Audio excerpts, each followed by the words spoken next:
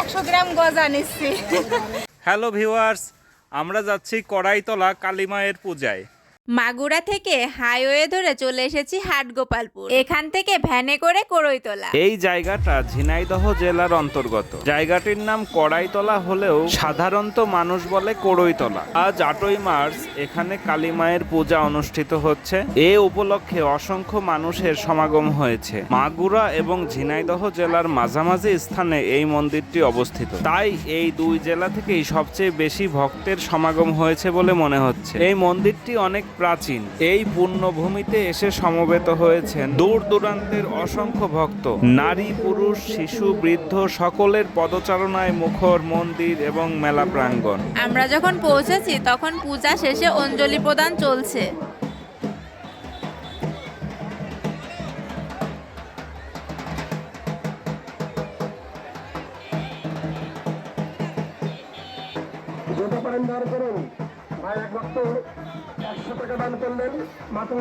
ঢাকের বাদ্য, ধূপ ধুনোর গন্ধ সব মিলিয়ে খুবই পবিত্র এক অনুভূতি। অনেকক্ষণ ভিড় ঠেলে সামনে এগিয়ে তারপরে পেলাম মায়ের দর্শন। আমরা এখানে গত বছরও এসেছিলাম।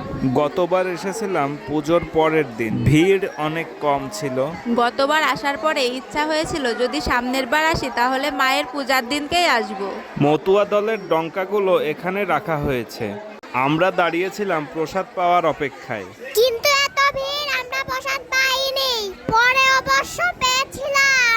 আমরা কিছুক্ষণ মেলার মধ্যে ঘুরে বেড়ালাম। রং বেরঙের মেলা, নানা রকম পণ্যের সমাহার, চিত্ত বিনোদনের জন্য নৌকা, নাগরদোলা এরকম আরো অনেক কিছু আছে। মেলায় ঘুরে ঘুরে ক্লান্ত তো হয়ে গেছি, আর সাথে তো ক্ষুধাও লেগেছিল প্রচুর। চারিদিকে তাকায় তাকায় ভাবছিলাম যে কি খাওয়া যায়।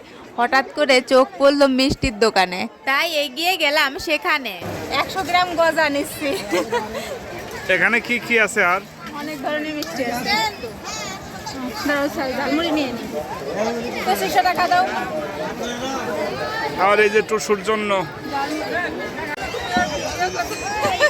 আটটি করতেছে না। আইসক্রিম। স্যান্ডেল ছিঁড়ে গেছে।